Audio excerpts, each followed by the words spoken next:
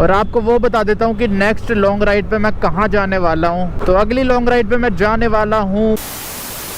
तो स्वागत है आप सभी का एक और नई वीडियो में। अभी टाइम हो रहा है दोपहर के 3:30 और निकल चुका हूँ घर से मैं अपने काम पे जाने के लिए। स्कूटी में यार कभी कभी एक दिक्कत और आ जा रही है, इसके इंडिकेटर्स ना काम नहीं कर रहे।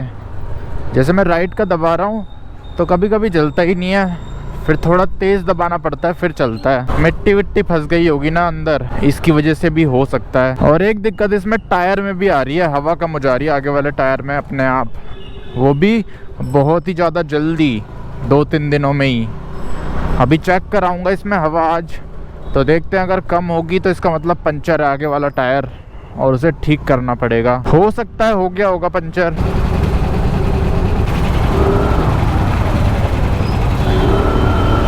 एक तो यार जब जल्दी होती है ना तभी जाम लग जाता है, दिमाग ख़राब हो जाता है मेरा तो बहुत ज़्यादा। इसका हॉर्न भी ठीक करवाना था, अगली वीडियो में करा दूंगा पक्का।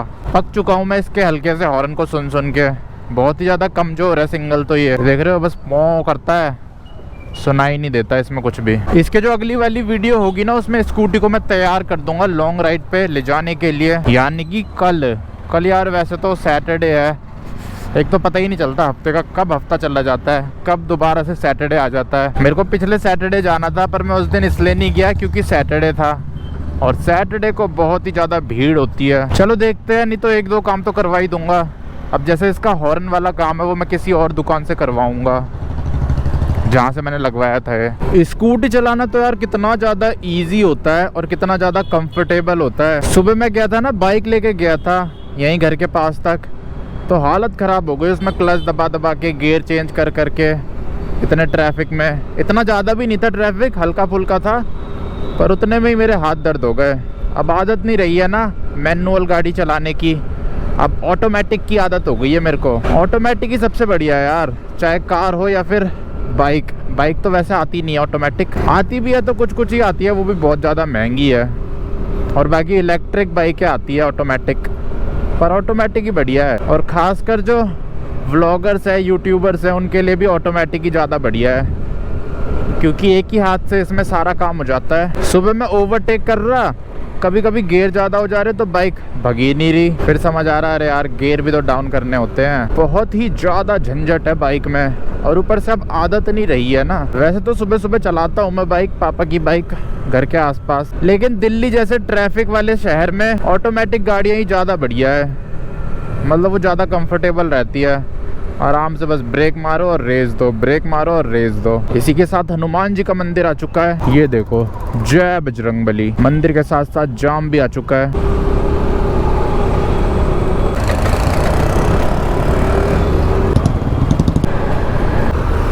ये देखो कितनी ज़्यादा बढ़िया रहती है स्कूटी, बस रेस दो और ब्रेक मारो, जैसे मर्जी वैसे ओवरटेक कर लो किसी को भी। और अब मेरे को एक नया हेलमेट भी लेना पड़ेगा। इस वाले हेलमेट में ना विंड नॉइज़ अब ज़्यादा आने लग गई है, ये लगा लो 50-60 की स्पीड में भी विंड नॉइज़ आ रही है बहुत ज़्यादा, नहीं तो पहले बिल्कुल ही नहीं आती थी। क्योंकि जो अब इसकी जो पैडिंग है ना वो ढीली हो गई है, दब गई है, जिसकी वजह से हेलमेट ढीला हो गया है।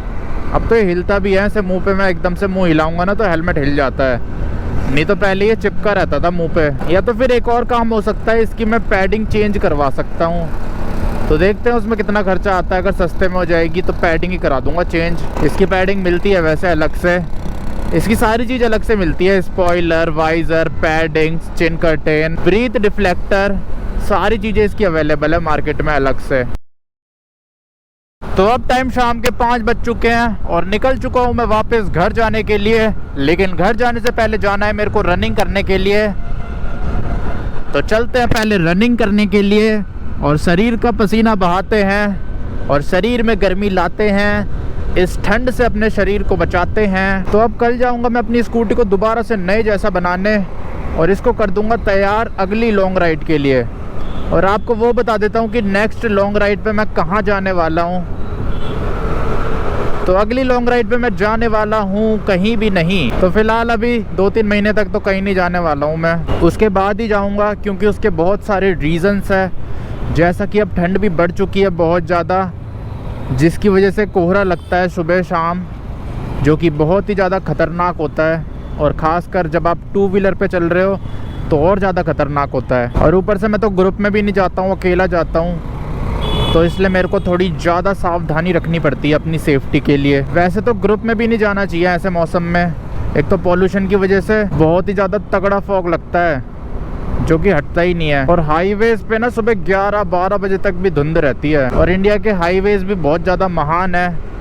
धुंध लगी होगी उसमें भी लोग रॉन्ग साइड आते हैं, और अब आप बोलोगे कि रॉन्ग साइड कोई आ रहा होगा तो वो लाइट जला के तो आ रहा होगा, तो ज़रूरी नहीं है कि सिर्फ गाड़ियाँ ही रॉन्ग साइड आती है। एक बार मैं जा रहा था तो रॉन्ग साइड वो आ रहा था, घोड़ा गाड़ी। कई लोग साइकिल चला के आ रहे होते हैं, वो भी रोड के बीच से रॉन्ग साइड, वो भी एक्सप्रेस वे पे। तो इसीलिए बहुत ही ज़्यादा रिस्की हो जाता है इस मौसम में इधर उधर घूमना।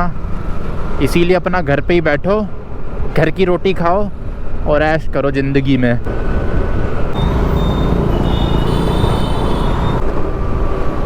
और इसके अलावा दूसरा रीज़न ये है कि अब सीज़न चालू हो चुका है घूमने का।